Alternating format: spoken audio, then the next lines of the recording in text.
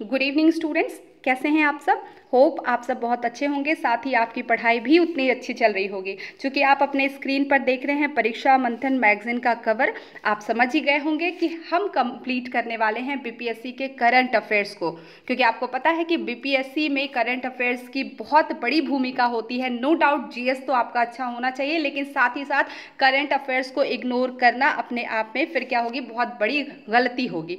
तो हम उस गलती को नहीं करेंगे। हम अपने करंट अफेयर्स को इतनी अच्छे से तैयार कर लेंगे कि कहीं से भी कोई भी पार्ट ना छूटे। तो हमारा जो मेन फोकस होगा परीक्षा मंथन को पूरी तरह से कवर अप करना, ताकि आप एग्जाम में रिलैक्स होकर अपने पेपर को क्रैक कर पाए। ठीक है।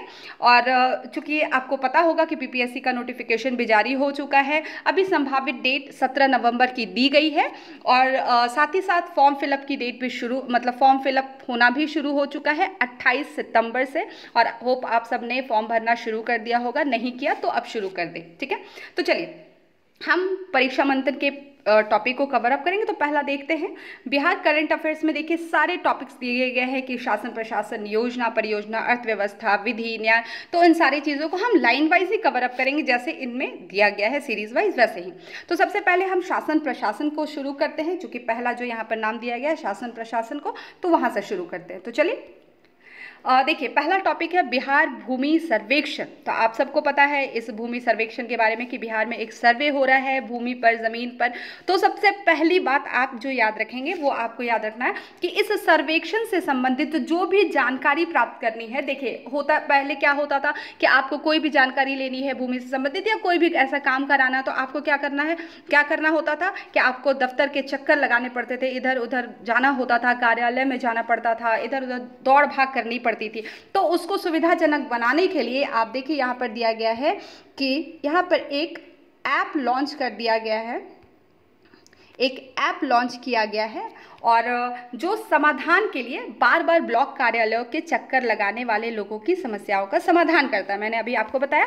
तो देख लीजिए हाल ही में बिहार सरकार ने भूमि सर्वेक्षण से संबंधित व्यापक जानकारी, जो भी आपको जानकारी चाहिए वो आपको इस ऐप पर मिल जाएगा। क्योंकि यहाँ पर नाम मेंशन नहीं किया गया है, फिर भी आप लिख लेंगे, मैं आपको बता देती हूँ।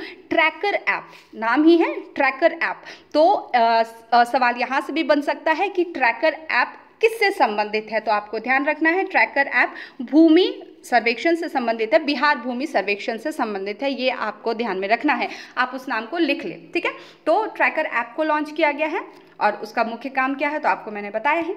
चलिए अब इस सर्वेक्षण से रिलेटेड जो प्रमुख बिंदु हैं हम उस पर देख लेते हैं क्या क्या किए गए हैं।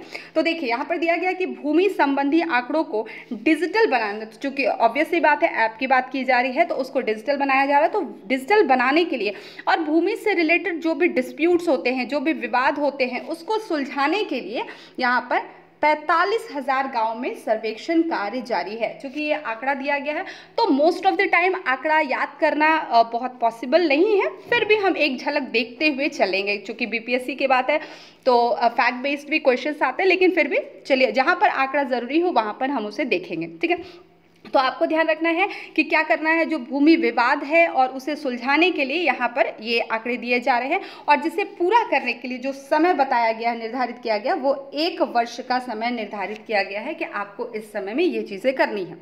इसका उद्देश्य क्या है, तो देखिए उद्देश्य क्या है कि यहाँ पर सरकार ने कहा है कि देखिए बहुत लोग ऐसे हैं जो बहुत से ज़मीन पर दावा करते हैं। मैं बिहार की बात कर रही हूँ, बहुत से ज़मीन पर दावा करके रह रहे हैं या फिर दावा करते हैं कि हाँ ये हमारी ज़मीन है।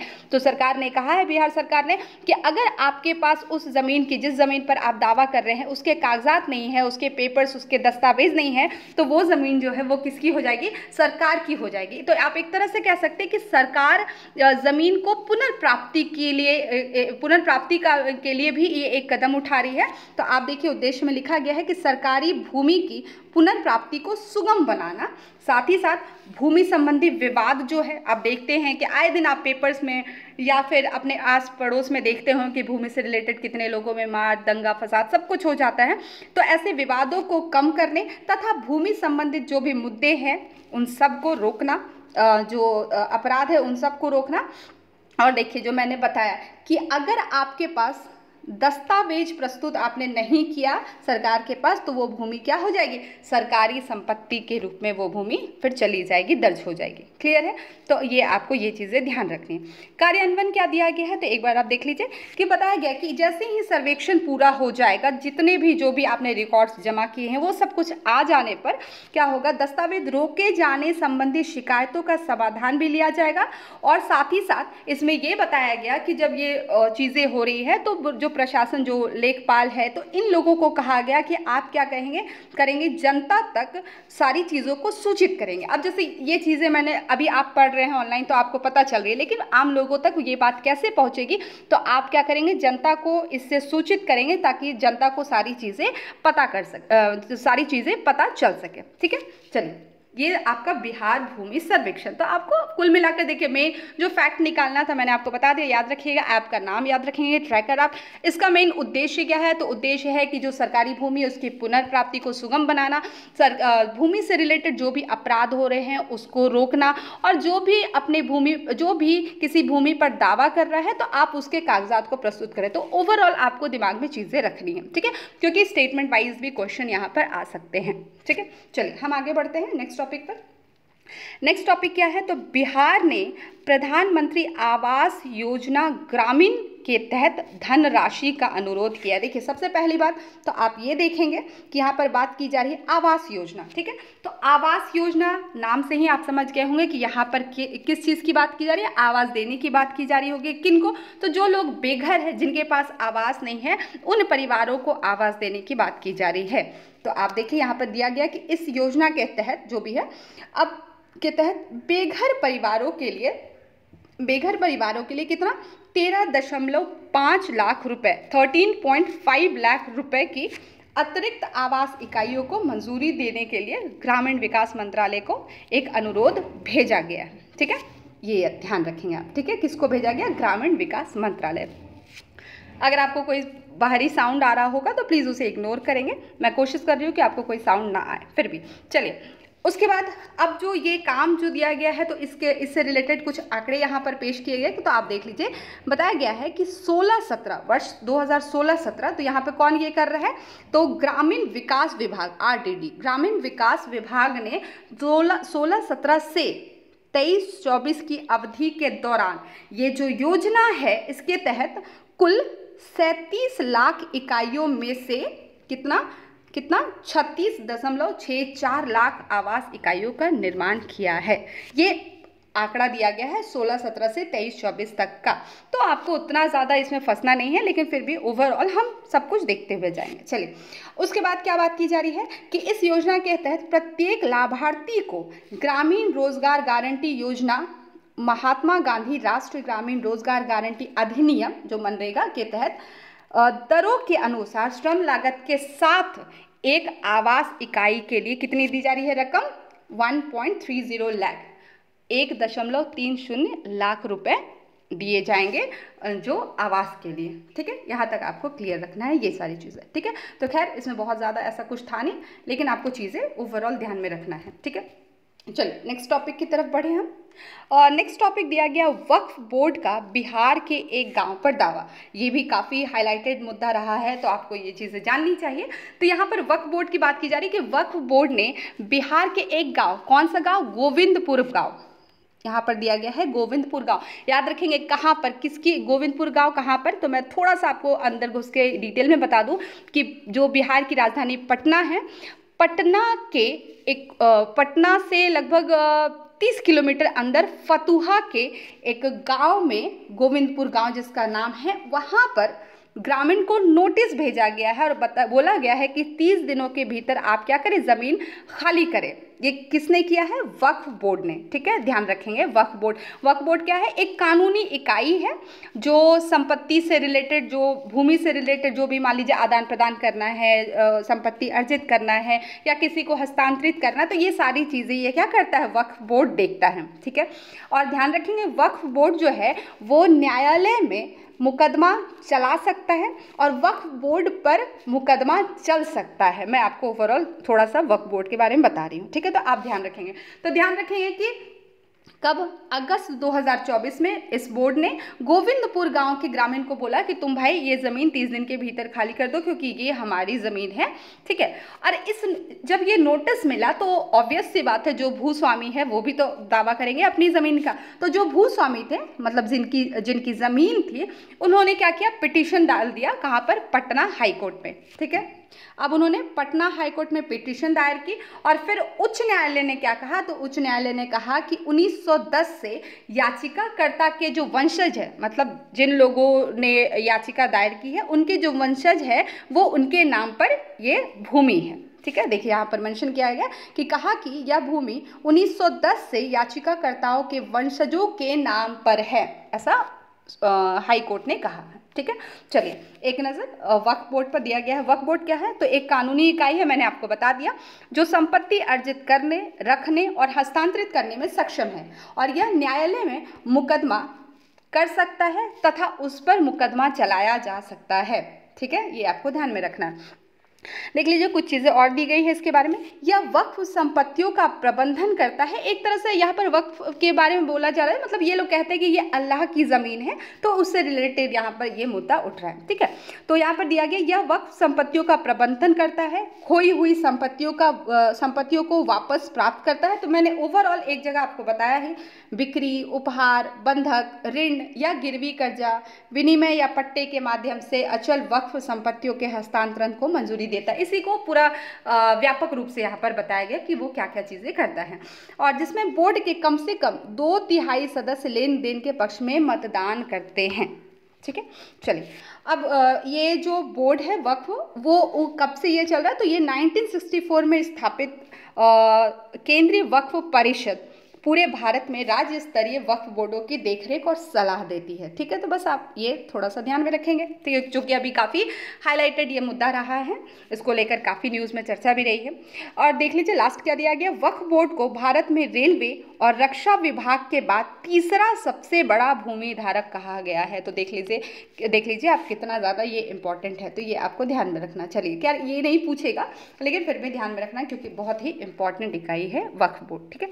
चलिए हम आगे बढ़ते हैं।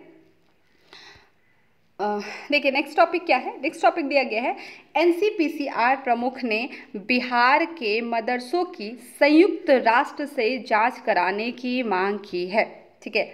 और एनसीपीसीआर राष्ट्रीय बाल अधिकार संरक्षण आयोग ने, ठीक है।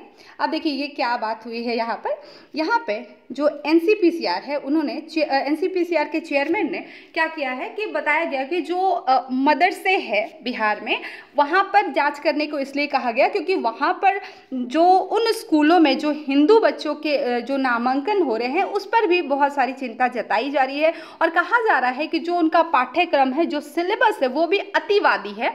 यहाँ पर ऐसा कहा गया है। अतिवादी मीन्स वो लोग हो सकता है जो मदरसे में जो चीज़ पढ़ाई जाती है उससे ज़्यादा चीज़ें, मतलब उसको बहुत ज़्यादा अतिवादी मीन्स क्या होता है कि बहुत ज़्यादा बढ़ा चढ़ा कर उसको पढ़ाना, करना, बोलना, ठीक है। तो ये अतिवादी पाठ्यक्रम से रिलेटेड बातें हो रही है और हिंदू बच्चों के नामांकन से रिलेटेड बातें हो रही है। तो यहाँ पर आप देखिए, हिंदू बच्चों के नामांकन पर गंभीर चिंता और साथ ही साथ जो सरकारी वित्त पोषित मदरसे है उसमें अतिवादी पाठ्यक्रम। तो ये दो लाइन आपको दिमाग में रखना, अतिवादी पाठ्यक्रम और हिंदू बच्चों के नामांकन पर चिंता, ठीक है।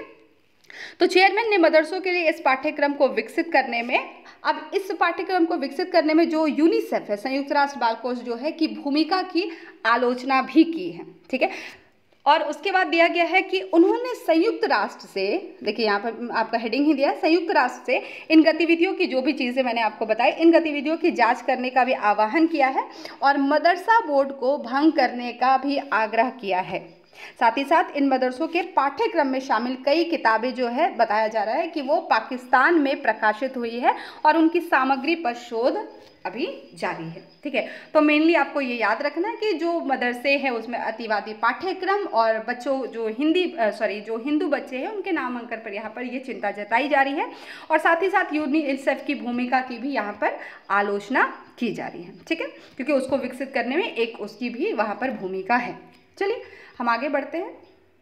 नेक्स्ट क्या मुद्दा है? नेक्स्ट आप देख रहे हैं, बिहार में जो हमेशा से ये मुद्दा बना रहता है, बिहार में पेपर लीक होने से रोकने के लिए विधेयक पारित, ठीक है, बहुत ही इम्पॉर्टेंट, क्योंकि अभी आप भी एग्ज़ाम देने जा रहे हैं, तो ये काफ़ी बड़ा मुद्दा हमेशा से और खास करके बीपीएससी में तो बहुत बार देखा गया।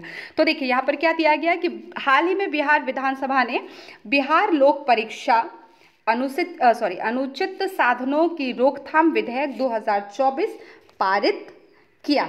ठीक है, तो उद्देश्य क्या होगा, तो ऑब्वियसली इसको मुझे नहीं लगता कि आपको एक्सप्लेन करने की ज़रूरत है। जो भी परीक्षा हो रहे हैं, यहाँ पर सरकारी भर्ती हो रहे हैं, उनके जो प्रश्न पत्र क्या होते हैं, लीक हो जाते हैं, या आप देख लीजिए यहाँ पर दिया गया सरकारी भर्ती परीक्षाओं में प्रश्न पत्र लीक होने और अन्य कदाचार, जो भी ऐसे अलग से कदाचार होते हैं, उन पर अंकुश लगाना। तो मुख्य उद्देश्य ये आप इजीली कर सकते हैं। ठीक है, क्या है, इस कानून के तहत सभी अपराध क्या है, संज्ञेय है और साथ ही साथ गैर जमानती भी होंगे, इसको आपको ध्यान रखना है। उसके बाद अब इसमें क्या क्या सज़ा का प्रावधान दिया गया है इस विधेयक में, तो इस विधेयक में कहा गया कि 3 से 5 वर्ष का कारावास और साथ ही 10 लाख रुपए के जुर्माने का प्रावधान है, ये आपको ध्यान रखना है। तो कितना, 3 से 5 वर्ष का कारावास हो सकता है और साथ ही 10 लाख का जुर्माना भी हो सकता है। इसके साथ अगर कोई सेवा प्रदाता, चाहे वह सरकारी संस्था हो या निजी एजेंसी, गलत काम करता है तो उस पर 1 करोड़ रुपए का जुर्माना और 4 वर्ष के लिए सेवाएं समाप्त कर दी जाएगी। मतलब अगर मान लीजिए कोई बाहर से होता है ना, पेपर लीक आउट होता है तो उसमें बहुत सारे लोग संलग्न होते हैं, तो उसी में अगर कोई भी ऐसी निजी एजेंसी है, चाहे कोई भी सरकारी संस्था, अगर ऐसे किसी भी तरह के काम में वो दिखेगी, कदाचार में दिखेगी, तो उनके लिए क्या प्रावधान है कि वो 1 करोड़ रुपए का जुर्माना भी होगा और साथ ही साथ 4 वर्ष के लिए उनकी सेवाएं क्या हो जाएगी, समाप्त कर दी जाएगी। ठीक है, तो काफ़ी, चलिए अगर इम्प्लीमेंट सही ढंग से हो और चीज़ें सही ढंग से होने लगी तो बहुत अच्छी बात है, फिर स्टूडेंट्स के लिए अच्छा होगा, उनके फ्यूचर्स के लिए ये अच्छी खबर है। ठीक है, चलिए हम आगे बात करते हैं बजट। देख लीजिए, बजट आया तो बजट ऑब्वियसली हर बार बहुत इंपॉर्टेंट होता है। तो चलिए बजट के बारे में दिया गया, बजट 2024 में बिहार के राजमार्गों के लिए 26,000 करोड़ रुपए का आवंटन। ठीक है, तो देख लीजिए, पर आपको ये चीज़ें पता ही होगी, फिर भी आपको ध्यान में रखना है बजट से रिलेटेड। तो जो वित्त मंत्री है कौन, निर्मला सीतारमण ने बिहार में राजमार्ग के विकास के लिए, ध्यान रखेंगे किसके लिए, राजमार्ग विकास के लिए कितना, 26,000 करोड़। देखिए क्योंकि बजट है तो थोड़ा आपको आंकड़ा याद करना पड़ेगा, क्योंकि बजट से कभी कभी बहुत बार पूछे गए हैं, आंकड़े भी पूछे गए हैं, तो याद रखेंगे कि राजमार्ग विकास के लिए कितना, 26,000 करोड़ रुपए के निवेश की घोषणा की है। ठीक है, और केंद्र सरकार का लक्ष्य है कि विभिन्न परियोजनाओं के लिए धन आवंटित करके बिहार में जो सड़क बुनियादी ढांचे को बढ़ावा देना है उसमें भी काम करना है। तो कौन कौन सा है, तो ये आपको ध्यान रखना है। जो सड़क बुनियादी ढांचे की जो बात की गई, तो यहाँ पे कहा पटना पूर्णिया एक्सप्रेसवे, उसके बाद बक्सर भागलपुर एक्सप्रेसवे, ये आप याद कर लीजिएगा प्लीज़, क्योंकि देखिए इसको आपको घुमाकर पूछ सकता है। हो सकता है पटना पूर्णिया की जगह पटना भागलपुर दे दें, बक्सर भागलपुर की जगह बक्सर पूर्णिया दे दें, तो आपको ओवरऑल दिमाग में रखना है पटना पूर्णिया एक्सप्रेसवे, बक्सर भागलपुर एक्सप्रेसवे, बोधगया, राजगीर, वैशाली और दरभंगा को जोड़ने वाला, और साथ ही बक्सर में गंगा नदी पर अतिरिक्त 2 लेन पुल। तो ये आपको चारों दिमाग में रखना है। ठीक है, साथ ही साथ इसमें केंद्र सरकार ने बिहार के पीरपैंती में कितना, 21,400 करोड़ रुपए की लागत से क्या करेंगे, 2400 मेगावाट का नया विद्युत संयंत्र स्थापित करना भी शामिल है। साथ ही साथ वो तो है, लेकिन याद रखेंगे तो ये जगह आप ध्यान में रखेंगे, पूछ सकता है कि बिहार के किस जगह पर 2400 मेगावाट का नया विद्युत संयंत्र स्थापित करना भी शामिल है। इस बजट के तहत आपको सवाल पूछ सकता है, तो याद रखेंगे पीरपैंती में। ठीक है, चलिए आप इस जगह से परिचित होंगे। चलिए हम आगे देखते हैं, और नेक्स्ट जो हमारा ये मुद्दा है थोड़ा देख लीजिए क्या है, बिहार को विशेष राज्य का दर्जा देने से इनकार। तो कहीं ना कहीं नीतीश बाबू यहाँ पर जो नीतीश जी है वो ठगाते हुए भी, मतलब थोड़ा सा ये फील हो रहा है, क्योंकि आप देख रहे हो किस तरह से वो दल बदल अपने अनुसार जो उनके अकॉर्डिंग सही गलत लगता है वो दल यहाँ पर बदलते रहते हैं। तो खैर हम उस पर बात नहीं करेंगे। तो यहाँ पर देखिए बिहार को विशेष राज्य की दर्जा की बात हो रही थी, आज से नहीं हो रही है, जब से बिहार झारखंड ये 2 अलग हुआ है तब से बिहार को अलग ये विशेष दर्जा के लिए मांग की जा रही है तब से, लेकिन अभी तक ये नहीं हुआ। तो अब क्या मुद्दा आया है, देखिए यहाँ पर केंद्र में सर्वदलीय बैठक के दौरान बिहार के लिए विशेष श्रेणी का दर्जा देने के अनुरोध को क्या कर दिया गया है, खारिज कर दिया गया है। ये आपको ध्यान रखना। तो अब केंद्र सरकार का क्या कहना है, तो उसने केंद्र सरकार ने कहा कि वर्तमान में किसी भी नए राज्य को विशेष श्रेणी का दर्जा नहीं दिया जा रहा है, ऐसा केंद्र सरकार का कहना है। क्योंकि अब देखिए केंद्र सरकार क्या कह रहे हैं कि अभी वर्तमान में किसी को भी विशेष श्रेणी नहीं दिया जा रहा है। क्यों नहीं दिया जा रहा है? क्योंकि भारतीय संविधान में इस तरह के वर्गीकरण की कोई व्यवस्था नहीं है। ठीक है, तो अब देखिए केंद्र सरकार ने अपना पलड़ा झाड़ लिया। खैर केंद्र सरकार की अपनी यहाँ पे राय थी, सलाह थी। तो केंद्र सरकार ने ये कहा कि अभी कोई विशेष दर्जा नहीं दिया जा रहा, चलिए ठीक है, लेकिन जैसे उन्होंने कहा कि भारतीय संविधान में ऐसा कोई वर्गीकरण नहीं है, तो भाई आपको आर्टिकल 368 दिया गया है ना, संविधान संशोधन, तो आप संविधान संशोधन करके कर सकते हैं ये काम। और ऐसा हुआ है, ऐसा तो नहीं है कि आज से पहले विशेष दर्जा नहीं मिला। आप अगर पढ़ेंगे आर्टिकल 371 से लेकर 371J तक सभी बहुत सारे राज्यों को क्या हुआ, विशेष प्रावधान, विशेष दर्जा यहाँ पर दिया गया। जैसे कि आप अगर 371 की बात करें तो 371 में महाराष्ट्र और गुजरात को दिया गया। 371A की बात कर रहे हैं तो ए में नागालैंड को दिया गया है। और सबसे इम्पॉर्टेंट आप उसको मेंशन भी कर लीजिएगा, ऐसे जे तक तो कितना आप याद रखे हैं इम्पॉर्टेंट है, लेकिन एक मैं आपको बता देती हूँ कि आर्टिकल 371C कैपिटल C, ठीक है, इसमें मणिपुर को विशेष प्रावधान दिया गया है। और ये इसलिए ज़्यादा इम्पॉर्टेंट है क्योंकि अभी मणिपुर इधर काफ़ी समय से बहुत हाईलाइटेड मुद्दा रहा है। ये इम्पॉर्टेंट हो जाता है आपके लिए, बहुत ज़्यादा इम्पॉर्टेंट। ठीक है, तो ये आप ध्यान में रखेंगे। और मणिपुर चूंकि इम्पॉर्टेंट है तो इसलिए आपको ये भी याद रखना है कि किस अमेंडमेंट में, तो याद रखिएगा 27वां, ठीक है, 27th कॉन्स्टिट्यूशन अमेंडमेंट एक्ट, ठीक है, आप इसको लिख लेंगे, 27वां संविधान संशोधन अधिनियम, ठीक है। तो 27th कॉन्स्टिट्यूशन अमेंडमेंट एक्ट 1971, ठीक है, थोड़ा यहाँ हौच पौच हो गया, आप क्लियर होकर लिख लेंगे, ठीक है।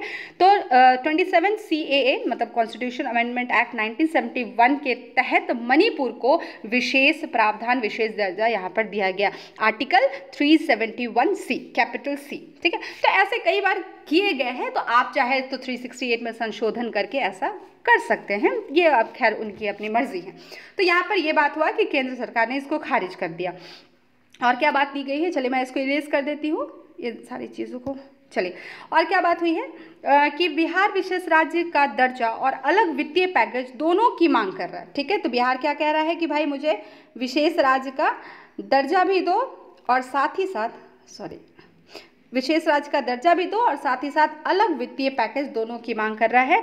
और बिहार के लिए विशेष दर्जे की मांग तब से जारी है, मैंने आपको बताया शुरू में, कि जब से इस राज्य का विभाजन हुआ है, बिहार तथा झारखंड ये अलग हुआ है, ठीक है। तो ये आपको ध्यान रखना। चलिए उसके बाद हम एक देख लेते हैं यहाँ पर क्या दिया गया नेक्स्ट टॉपिक में, कि महागठबंधन शासन के दौरान दी गई संविदाएं यहाँ पर रद्द कर दी गई है। तो क्या क्या रद्द किया गया, तो आप देख लीजिए, दिया गया है कि 2024 में बिहार सरकार ने ग्रामीण क्षेत्रों में पेयजल आपूर्ति के लिए पिछली महागठबंधन, जो पिछला गठबंधन था, पिछली महागठबंधन सरकार द्वारा दी गई 826 करोड़ रुपए के 350 संविदाओं को संविदाकार चयन प्रक्रिया में अनियमितताओं के कारण रद्द कर दिया गया। मतलब पिछले महागठबंधन के साथ ये बात हुई थी, पेयजल आपूर्ति से रिलेटेड बात हुई थी, जिसको क्या कर दिया गया, रद्द कर दिया गया, ठीक है। उसके बाद दिया गया है कि बांका जिला इस सूची में सबसे ऊपर है, जहां ग्रामीण जलापूर्ति व्यवस्था जहाँ ग्रामीण जलापूर्ति व्यवस्था से संबंधित सबसे अधिक कितनी, देखिए संविदाएं जो रद्द की गई, जो भी वादे किए गए उसको रद्द किए गए, तो वहाँ पर सबसे ज़्यादा कहाँ पर, बांका जिला में 106 संविदा रद्द कर दी गई है। इसके बाद जमुई, लखीसराय, औरंगाबाद और आरा का स्थान है, ठीक है। चलिए हम आगे बढ़ते हैं नेक्स्ट टॉपिक की तरफ। बिहार शराबबंदी की उपलब्धि, अच्छी बात है।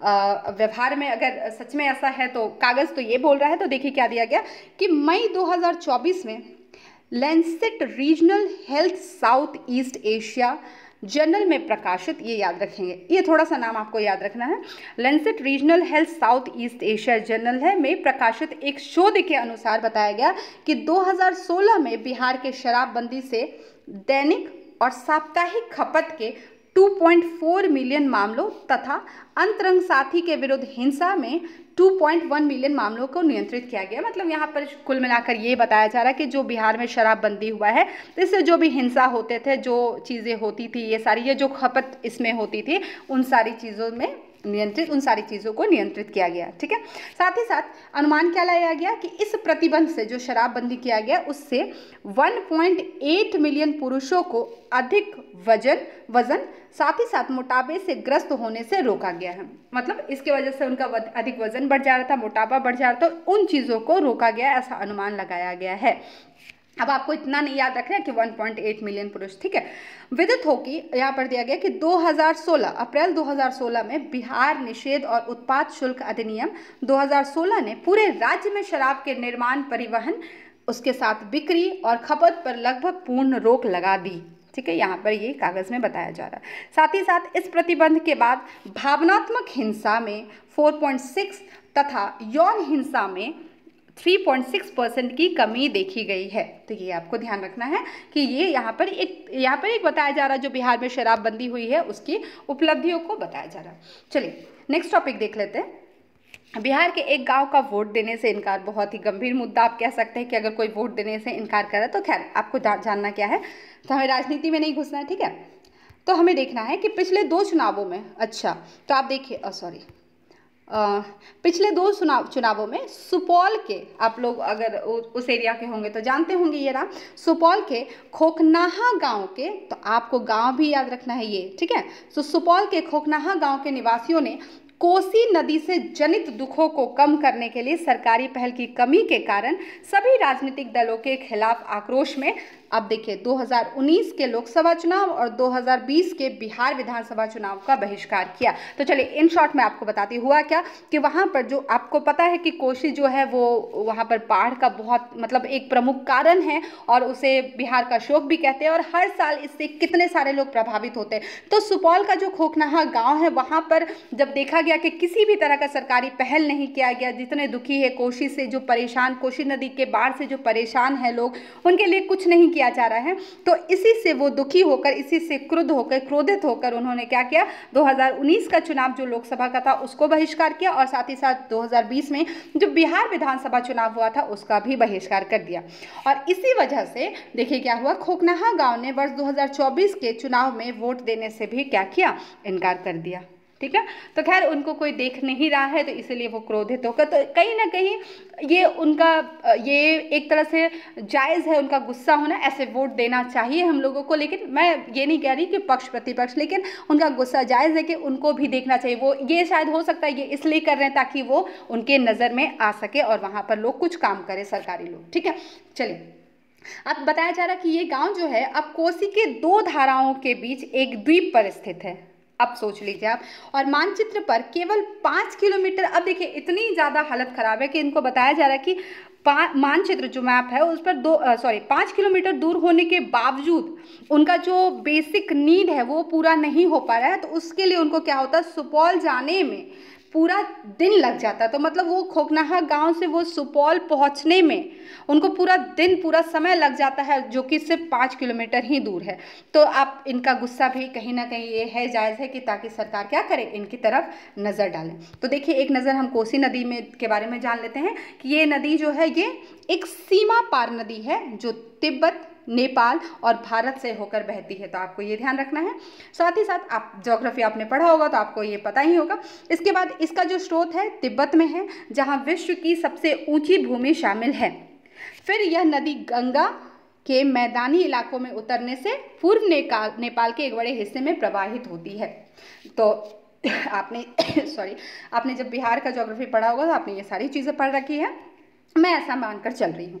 ठीक है, और साथ ही साथ भारत में ब्रह्मपुत्र के बाद कोसी जो है सबसे अधिक मात्रा में गाद और रेत लाती है। चलिए तो मैं इन शॉर्ट बता देती हूँ, गाद और रेत मतलब क्या हो गया, जब नदी बहकर आती है तो वो अपने साथ क्या बहुत सारे मलबे, बहुत सारे गाद ये वगैरह लेकर आती है और फिर वो उसको पीछे छोड़ते हुए फिर वो आगे बढ़ती है। तो यहाँ पर सबसे ज़्यादा बताया जा रहा है ब्रह्मपुत्र गाद लेकर आता है और उसके बाद जो है वो कोसी। ठीक है, चलिए, और ये बात तो मुझे लगता है हर एक बिहार के लोगों को पता है कि कोसी जो है वो बिहार का शोक कहा जाता है। ये क्यों क्यों? क्योंकि कारण है बाढ़। क्योंकि हर वर्ष अभी भी देख लीजिए, आप न्यूज़ में देख ही रहे होंगे कि कितना बाढ़ आ चुका है और बाढ़ से कितने घर तबाह हो चुके हैं, कितना बड़ा बड़ा बिल्डिंग जो है वो क्या हो गया, तुरंत पानी में वो समा गया।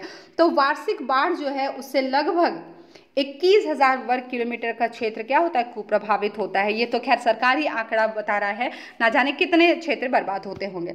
और जिससे क्या होता है, जो भी अब सब कुछ जब बह गया तो जब उपजाऊ कृषि थी, वो भूमि थी, सब कुछ, उनकी अर्थव्यवस्था सब कुछ क्या हो जाती है, तहस नहस होकर रह जाती है। ठीक है, चलिए हम आगे देखते हैं। नेक्स्ट टॉपिक क्या है, बिहार में अवैध खनन। ये चीज़ें तो हर जगह मतलब होती रहती है, बहुत जगह। तो देखिए क्या बताया गया कि फरवरी 2024 में प्रवर्तन निदेशालय यानी ईडी, जिसको आप अभी सुन रहे होंगे बहुत, तो ईडी ने क्या किया, अपना ध्यान बिहार में खनन माफिया की ओर केंद्रित किया, जहां कथित तौर पर बड़े सिंडिकेट अवैध रेत खनन में शामिल है, जिससे पर्यावरण को नुकसान हो रहा है और साथ ही साथ राज्य के खजाने जो है उसको भी भारी नुकसान पहुंच रहा है। तो मतलब यहाँ पर ईडी ने अवैध खनन जो बिहार में होता है उस पर रोक लगाने के लिए ये काम किया है, ताकि यहाँ पर लोगों को नुकसान ना हो सके और साथ ही साथ पर्यावरण को भी बचाया जा सके। ठीक है, और ईडी ने क्या किया, पिछले 8 महीनों में अवैध रेत खनन में बिहार सरकार को 400 करोड़ रुपए का राजस्व नुकसान हुआ है, ऐसा ईडी ने ये साबित कर दिया। ठीक है, तो आप देख रहे हैं अवैध खनन से कितना ज़्यादा नुकसान हो रहा है, कितना ज़्यादा राजस्व का नुकसान हुआ है, ये इन्होंने पेश किया। साथ ही साथ ईडी की जांच के तहत पहला मामला जो है वो जनता दल यूनाइटेड, ठीक है, JDU MLC राधा चरण शाह से संबंधित है। तो ये राजनीतिक बातें हैं, तो आपको बस याद रखना है, ये नाम याद रखना है, जिन्हें एजेंसी ने सितंबर 2023 में गिरफ्तार किया था। उसके अलावा देख लेते हैं दूसरा मामला क्या था, एक कंपनी आदित्य मल्टीकॉम प्राइवेट लिमिटेड, ठीक है, और उसके निदेशक जग नारायण सिंह तथा सतीश कुमार सिंह से संबंधित है। ये इनके बारे में बताया जा रहा है कि ये लोग अवैध खनन से जुड़े हुए। ठीक है, साथ ही साथ इससे पहले ईडी पश्चिम बंगाल, झारखंड, सबको पता है झारखंड में ये अवैध खनन होते रहते हैं, छत्तीसगढ़, इन सब में अवैध रेत और कोयला खनन मामलों की जांच कर चुकी है। ठीक है, तो ये मुद्दा ध्यान में रखेंगे आप।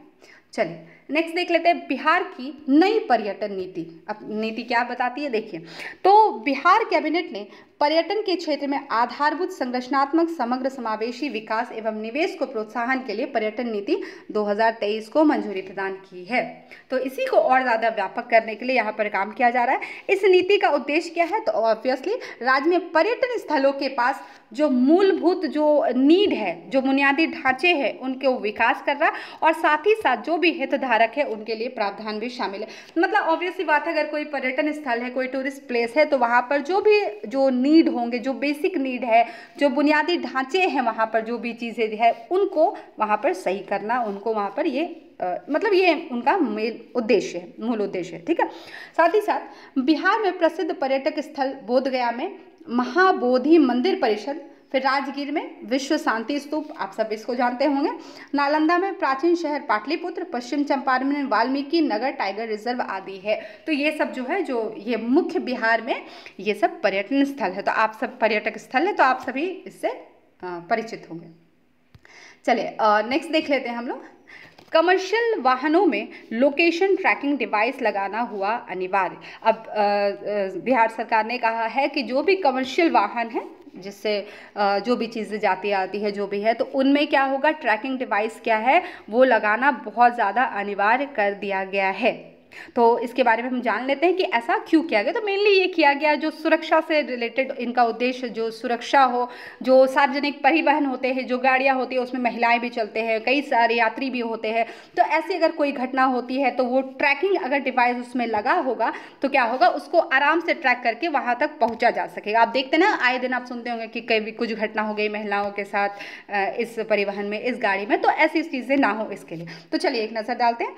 तो दिया गया है 17 दिसंबर 2023 को बिहार सरकार ने बिहार में अब प्रत्येक कमर्शियल वाहनों में, तो देखिए सवाल आपको कैसे इस तरह से भी पूछा जा सकता है कि किस जगह पे, या फिर पूछा जाएगा किस राज्य में कमर्शियल वाहनों में व्हीकल लोकेशन ट्रैकिंग या ट्रैकिंग डिवाइस लगाने की बात की जा रही है। तो आपको ध्यान रखना है कहाँ पर, बिहार में। ठीक है, एवं इमरजेंसी बटन लगाना अनिवार्य कर दिया गया है। ठीक है, ये अनिवार्य कर दिया गया है। नहीं, अगर ये नहीं लोग लगा, अगर वाहन पर नहीं लगा होगा, परिवहन पर, तो यहाँ पर उस पर जुर्माना भी है, आगे हम उस पर देखेंगे।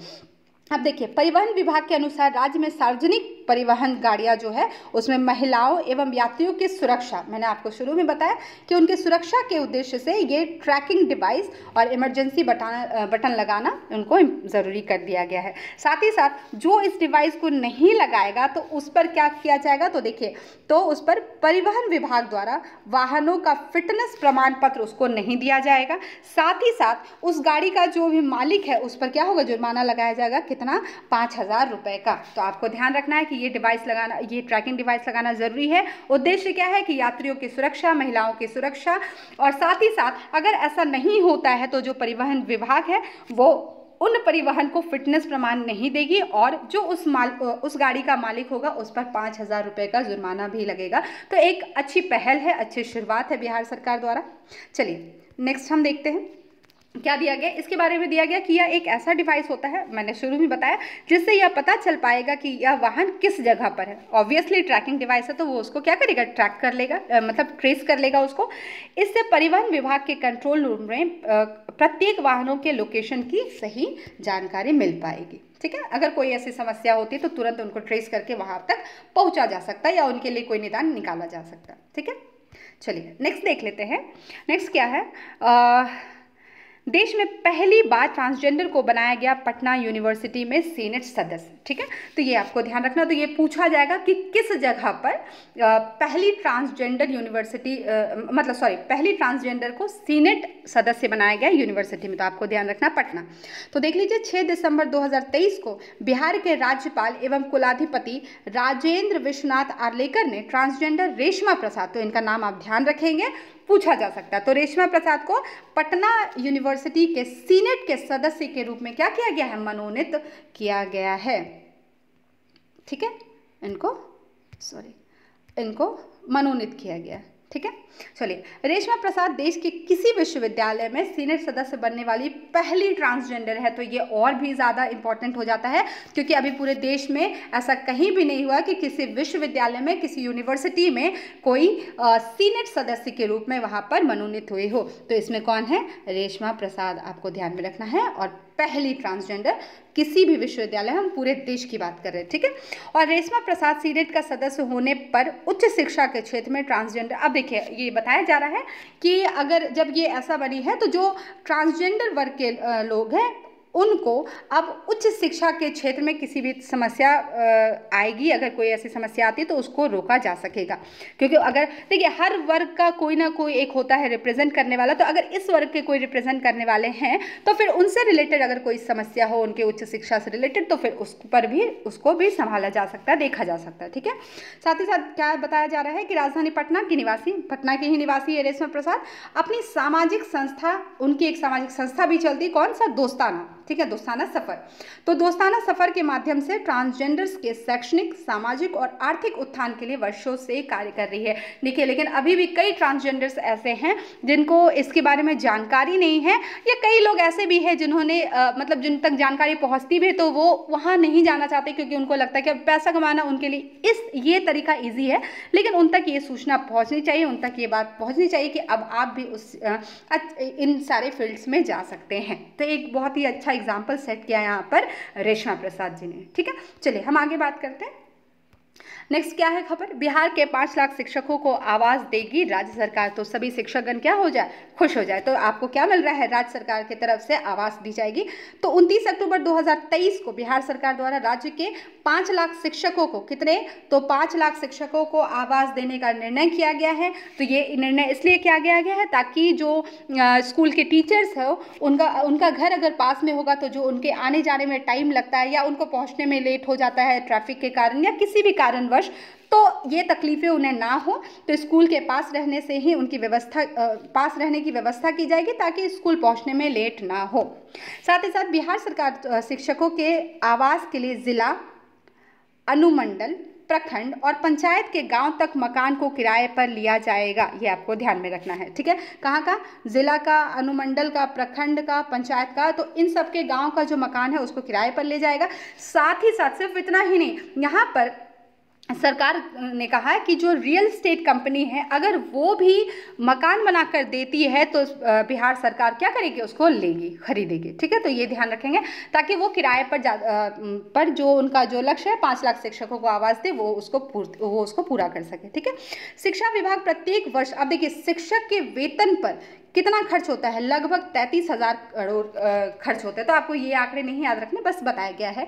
इसमें 8% जो है यानी कि लगभग 2500 रुपये करोड़ आवास के लिए खर्च किए जाते हैं। ठीक है, इसमें से तो आप देख लीजिए शिक्षक की कितनी बड़ी जिम्मेदारी हो जाती है, उनके लिए कितना खर्च किया जा रहा है। तो शिक्षक की भी जिम्मेदारी है कि वो ईमानदारी पूर्वक क्या करे, बच्चों को पढ़ाए। और जो हमारे सरकारी स्कूलों का जो हालत है अभी, उसमें बहुत हद क्या पूरी तरह से सुधार होनी चाहिए। क्यों, उससे क्या होगा कि देखिए जो प्राइवेट स्कूल्स है उनके मोनोपोली में कमी आएगी। आप देख रहे हैं एक छोटा सा बच्चा जो अभी पेन पकड़ना भी नहीं जान रहा, उसके लिए लोग लाख रुपए तक पे कर रहे हैं। तो ये कहीं ना कहीं प्राइवेट स्कूल्स की मोनोपोली है और सरकारी स्कूल की आप कह सकते हैं कि असफलता के कारण ही इनका मोनोपोली पड़ रहा है। तो शिक्षकगण आपसे अनुरोध है कि आप शिक्षा के स्तर को बहुत ही एक हाई लेवल तक पहुंचाएं। चलिए, साथ ही साथ शिक्षा विभाग के अनुसार आवास भत्ता की कटौती पर यह पैसा लीज पर लिए गए मकान और रियल एस्टेट कंपनियों को दिया जाएगा। खैर हमें इसको नहीं जानना है कि क्या किसे दिया जाएगा,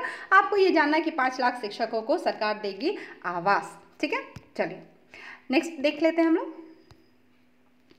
बिहार जातीय सर्वेक्षण, ये भी काफ़ी अभी न्यूज़ में रहा है। तो बस आपको इसमें देखना है, कुछ आंकड़े दिए गए हैं, देख लीजिए। 2 अक्टूबर 2023 को बिहार के विकास आयुक्त विवेक कुमार सिंह ने, आपको ये नाम थोड़ा सा ध्यान में रखना है, ठीक है, विवेक कुमार सिंह ने प्रेस कॉन्फ्रेंस कर जातीय गणना के आंकड़े जारी किए। आंकड़ा यहाँ पर दिया गया, तो आप एक झलक देख लीजिए। इन आंकड़ों के अनुसार राज्य में अत्यंत पिछड़ा वर्ग की आबादी कितनी है, 63%। अत्यंत पिछड़ा और पिछड़ा 63%। इनमें से अब दोनों को जोड़कर बताया गया, जिसमें से पिछड़ा वर्ग 27.12 मतलब 27.12 व अत्यंत पिछड़ा कितना है 36.01%। ठीक है, साथ ही साथ वही अनुसूचित जाति 19.65% मतलब 19.65% और अनुसूचित जनजाति 1.68% है। उसके अलावा जबकि जो अनारक्षित हिंदू व मुसलमान है, ठीक है, उनकी कुल आबादी बताई गई है 15.52%, जिसमें से जो सवर्ण है जैसे कि ब्राह्मण, भूमिहार, राजपूत, कायस्थ, ये है कितना 10.56%। तो आपको इतने आंकड़ों में फंसने की ज़रूरत नहीं है। ठीक है, चलिए नेक्स्ट देखते हैं। जातीय गणना के प्रथम चरण में घरों के सर्वे की प्रक्रिया 7 जनवरी 2023 से शुरू हुई, इसे 31 जनवरी तक पूरा किया गया। ठीक है, तो आप ये थोड़ा सा डेट ध्यान में रखेंगे, कब से 7 जनवरी से लेकर 31 जनवरी तक। और दूसरा चरण जो 15 अप्रैल से 15 मई तक चलना था, किंतु 4 मई को हाईकोर्ट के आदेश पर गणना कार्य रुक गया और हाईकोर्ट ने 1 अगस्त को हरी झंडी दी। ठीक है, तो आपको ये ओवरऑल दिमाग में रखना है। फिर 11 साल में 2.66 करोड़ की वृद्धि के साथ राज्य की आबादी 13 करोड़ से 7 लाख हो गई है। बहुत ज़्यादा ये सब इंपॉर्टेंट नहीं है, मैं बस एक लाइन में पढ़ दे रही हूँ। वहीं जातीय आधारित गणना की जारी रिपोर्ट में जातियों की संख्या 214 बताई गई है। थोड़ा सा आप ये बस ध्यान में रखेंगे, जाति की संख्या 214।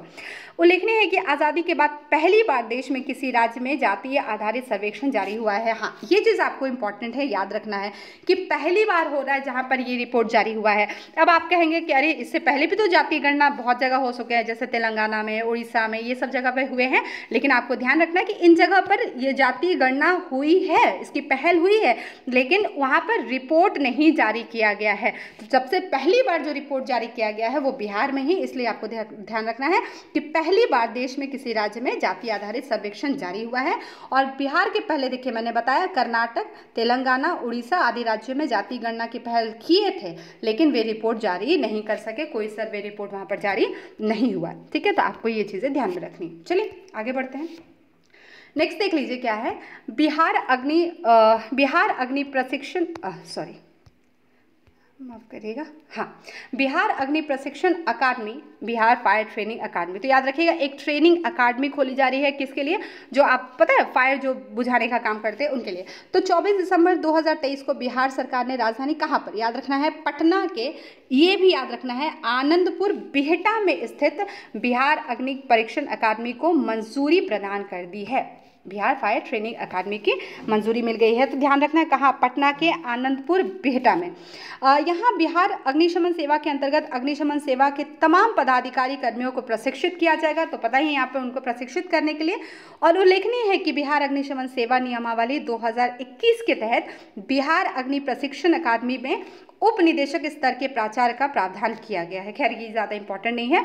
बिहार अग्नि प्रशिक्षण अकादमी भवन के डिज़ाइन के लिए दूसरे राज्यों से संबंधित अधिकारियों को भेजकर अध्ययन कराया गया है। नॉट मच इम्पॉर्टेंट, ठीक है। तो आपको बस ध्यान रखना है कि ये प्रशिक्षण कहाँ पर, बिहार में कहाँ, पटना के आनंदपुर बिहटा में, ठीक है। ये आपको ध्यान रखना। चलिए नेक्स्ट बढ़ते हैं। आकांक्षी प्रखंड यहाँ पर क्या है देख लेते हैं। 21 सितंबर 2023 को नीति आयोग द्वारा, अब देखिए मैं एक लाइन में पहले बता देती हूँ। आकांक्षी प्रखंड, जैसे आप सुनते हैं जिला, प्रखंड, ये सारी चीज़ें सुनते हैं, तो जैसे आपने सुना होगा आकांक्षी जिला, है ना, तो उसी तर्ज पर आकांक्षी प्रखंड देखिए। 21 सितंबर 2023 को नीति आयोग द्वारा, याद रखेंगे नीति आयोग द्वारा जारी दिशा निर्देश के अनुसार आकांक्षी जिला की तर्ज पर, मैंने बताया आपको, आकांक्षी जिला की तर्ज पर बिहार के 61 आकांक्षी प्रखंड को विकसित किए जाएंगे। जैसे हुआ था ना कि आकांक्षी जिला बनाया गया, अब उन जिलों को क्या किया जाएगा, विकसित किया जाएगा। ठीक उसी तरह अब आकांक्षी प्रखंड, जिसमें से 21 आकांक्षी 61, मैंने 21 बोल दिया, 61 यानी कि 61 प्रखंड को विकसित किया जाएगा। इन प्रखंडों में अब क्या चीज़ें, ऑब्वियसली जो बेसिक चीज़ें हैं, स्वास्थ्य और पोषण, शिक्षा, कृषि, जल संसाधन, वित्तीय समावेशन, कौशल विकास, इन सब पर विशेष ध्यान दिया जाएगा।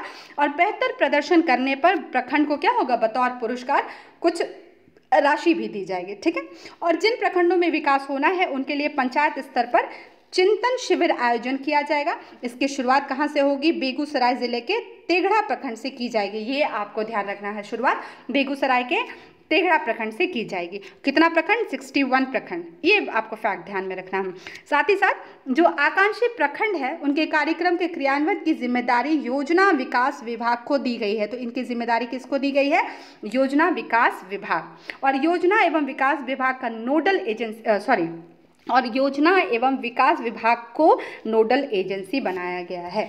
तो यहाँ पे आपको इतनी बातें ध्यान रखना है। तो ध्यान रखना है 61 प्रखंड को चुना गया है, उसमें बेसिक चीज़ें जो है शिक्षा, स्वास्थ्य, कृषि, इन सारी चीज़ों पर बात की जाएगी, इन पर काम किया जाएगा। और इसकी शुरुआत कहाँ से, बेगूसराय जिले के तेघड़ा प्रखंड से की जाएगी। और इसका नोडल एजेंसी कौन है, योजना एवं बाल विकास विभाग। और इसे क्रियान्वित करने का यानी कि इम्प्लीमेंट करने का कार्य सौंपा गया है, ठीक है। चलिए यहाँ तक क्लियर होगा आपको। चलिए नेक्स्ट देख लेते हैं क्या दिया गया, जीएसटी ट्रिब्यूनल बेंच पटना। अच्छा, जैसे ही ये शब्द आता है ट्रिब्यूनल, आप एक चीज़ ध्यान रखिएगा, जब भी ट्रिब्यूनल आप शब्द देखेंगे तो इसका मतलब उस चीज़ के लिए अलग से यहाँ पर एक तरह से कोर्ट, जैसे कोर्ट होता है ना, कोर्ट में बहुत सारी चीज़ें पेंडिंग, बहुत सारे केस पेंडिंग रह जाते हैं, उतना मामला सुना नहीं जाता, तो ये भी एक कोर्ट की तरह ही, ये भी एक कोर्ट है जहाँ पर अब जैसे आप देख रहे हैं यहाँ पर लिखा गया जीएसटी, यहाँ पर लिया गया जीएसटी ट्रिब्यूनल। मतलब अब इसमें, इस कोर्ट में क्या होगा, सिर्फ और सिर्फ जीएसटी से रिलेटेड मामले ही देखे जाएंगे। इससे क्या होगा कि बाकी के कोर्ट्स पर जो केसेस का भार है वो कम होगा और जो केसेस है उन पर काम भी जल्दी जल्दी होगा, ठीक है। तो यहाँ पर क्या बताया गया कि 18 सितंबर 2023 को बिहार की राजधानी पटना में जीएसटी ट्रिब्यूनल जल्द शुरू करने की अधिसूचना क्या हो गई, जारी हो गई है। और जीएसटी ट्रिब्यूनल बेंच बनने के बाद कारोबारी पटना हाईकोर्ट के बदले जीएसटी ट्रिब्यूनल में जा सकेंगे। अब उनको हाईकोर्ट जाने की जरूरत नहीं पड़ेगी। अब कुछ ऐसा मुद्दा होगा तो वो क्या करेंगे, यहाँ पर इस ट्रिब्यूनल में आकर अपना काम कराएंगे, ठीक है, मुद्दे अपने डालेंगे। जीएसटी कानून के तहत विभागीय कार्रवाई में कारोबारियों पर निकाली गई डिमांड पर पहली अपील कमिश्नर के पास की जाती है, ये बताया जा रहा है। अगर कोई कारोबारी कमिश्नर की सुनवाई से संतुष्ट ना हो तो उन्हें पटना हाईकोर्ट जाना पड़ता है। जीएसटी से रिलेटेड बातें दी गई कि अगर ऐसा कुछ वहाँ पे कुछ कार्रवाई करना होता तो लोग कहाँ जाते हैं, कमिश्नर के पास। वहाँ नहीं सुनवाई हो तो फिर वो हाईकोर्ट जाते हैं। अब उन्हें ट्रिब्यूनल जाना मतलब हाईकोर्ट की जरूरत नहीं पड़ेगी।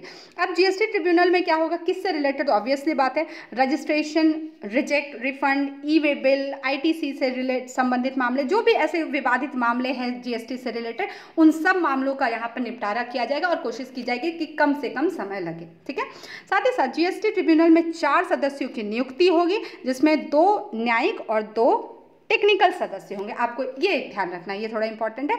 2 न्यायिक और 2 टेक्निकल, मतलब टोटल 4 सदस्य की नियुक्ति की जाएगी, ठीक है। तो आपको ये चीज़ें ध्यान में रखना है।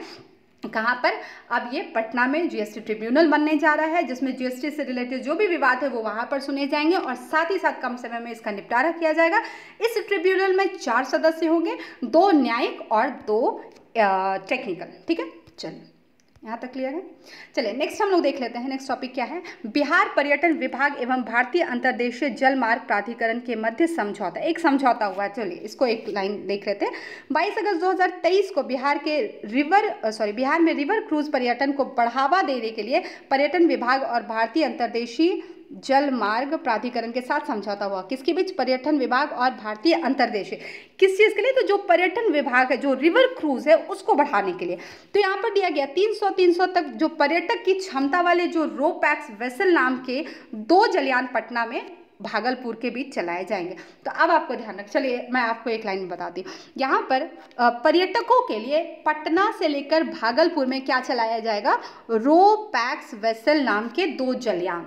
ठीक है, नाम आपको ध्यान रखना है, ये इंपॉर्टेंट है। ठीक है, रो पैक्स वेसल अब ये चलाया जाएगा।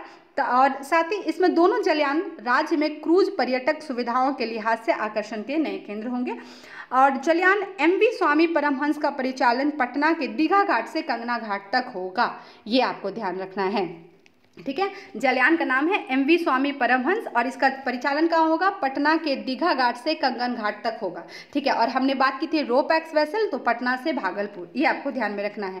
पर्यटक क्रूज पटना के सभी घाट का परिभ्रमण करते हुए कंगन घाट से गुरु गोविंद सिंह की जन्मस्थली तख्त श्री हरि मंदिर साहिब का भी दर्शन के लिए जा सकेंगे।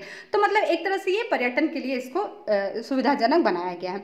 वहीं भागलपुर में एमवी राजेंद्र प्रसाद जलयान कहलगांव, सुल्तानगंज, बटेश्वर स्थान होते हुए विक्रमशिला के बीच संचालित होगी। जो भी पर्यटक स्थल वहां पर है, जो जलयान के थ्रू उनको ये चीज़ें दिखाई जाएगी, मतलब ये संचालन किया जाएगा।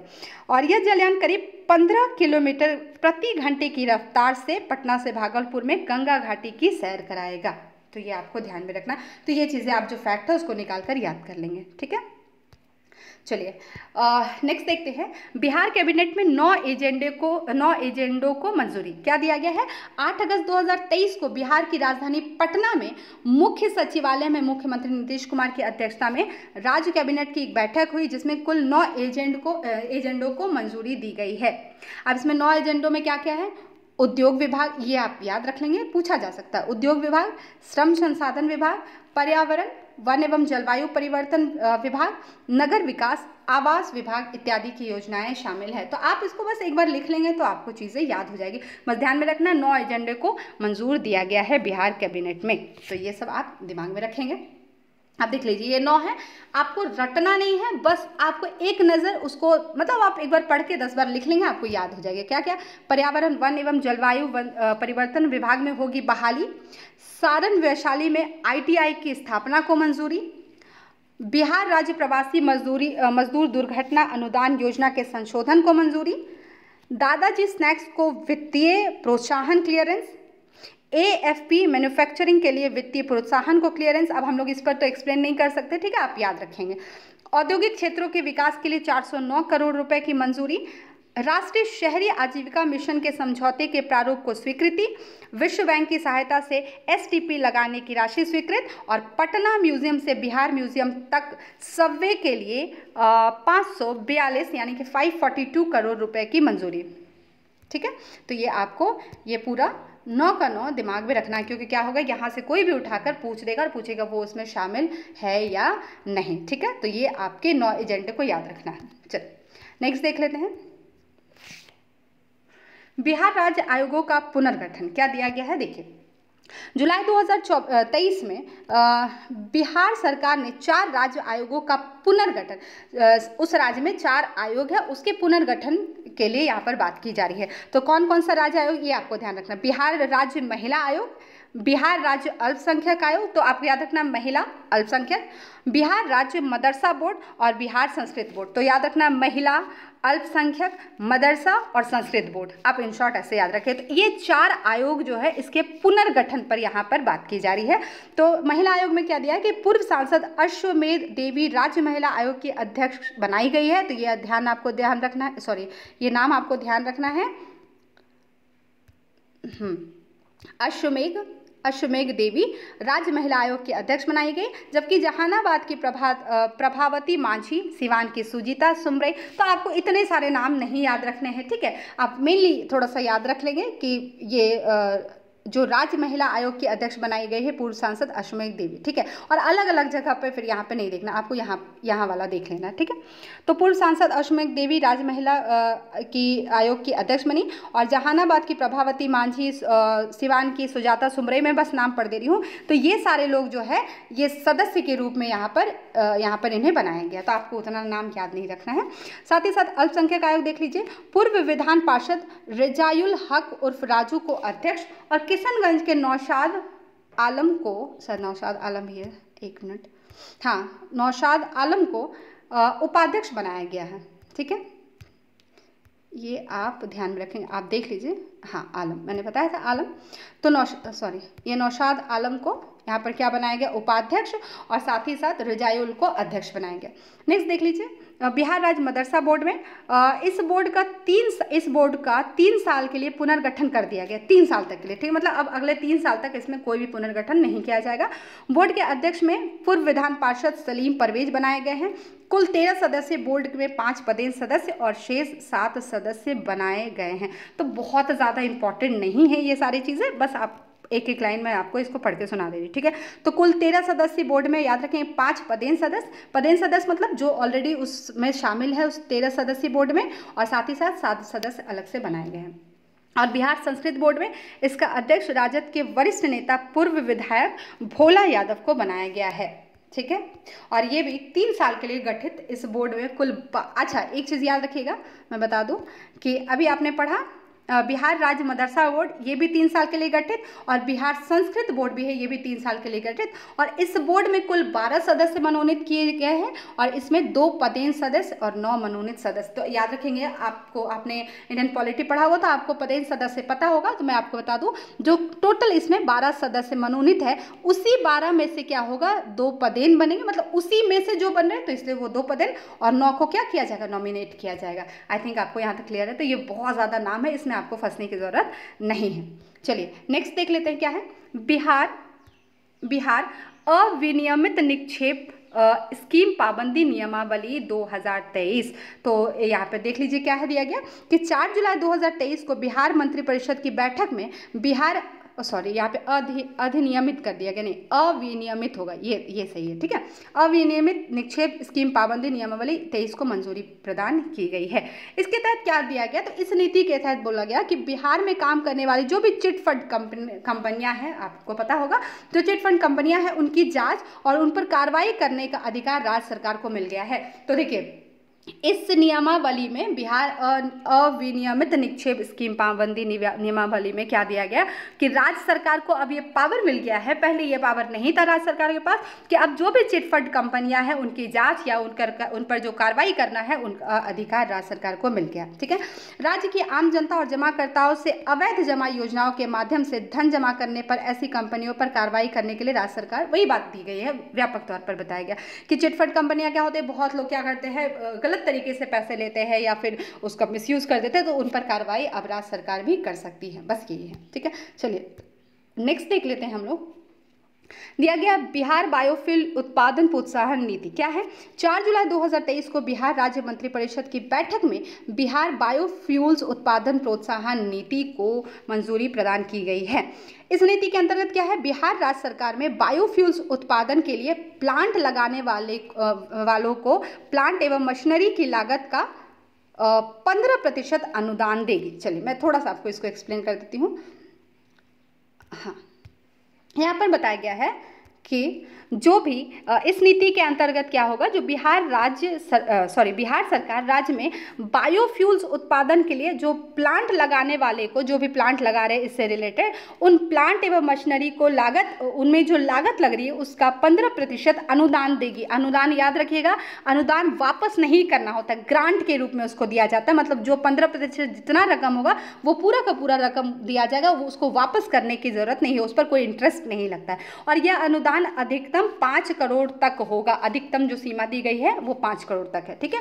और अनुसूचित जाति, जनजाति, अति पिछड़ा वर्ग की महिला, दिव्यांग, साथ ही साथ 1 मिनट, हाँ हाँ, तो किसको किसको अनुसूचित जाति, जनजाति, अति पिछड़ा वर्ग की महिला जो है, फिर दिव्यांग, फिर वॉर विडो, एसिड अटैक से पीड़ित व थर्ड जेंडर के उद्यमियों को प्लांट एवं मशीनरी की लागत का 15.75% और अधिकतम 5,25,00,000 रुपए दिया जाएगा। तो ये सारी चीज़ें इसमें बताई गई है।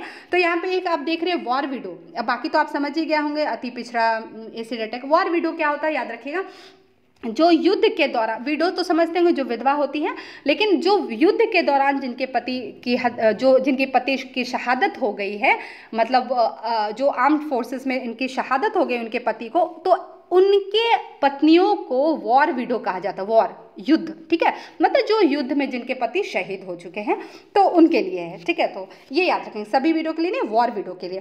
साथ ही साथ यह नीति संकल्प निर्गत होने की तिथि से 31 मार्च 2028 तक प्रभावित रहेगी। तो इसका ये जो डेट है 2028 तक 31 मार्च, ठीक है।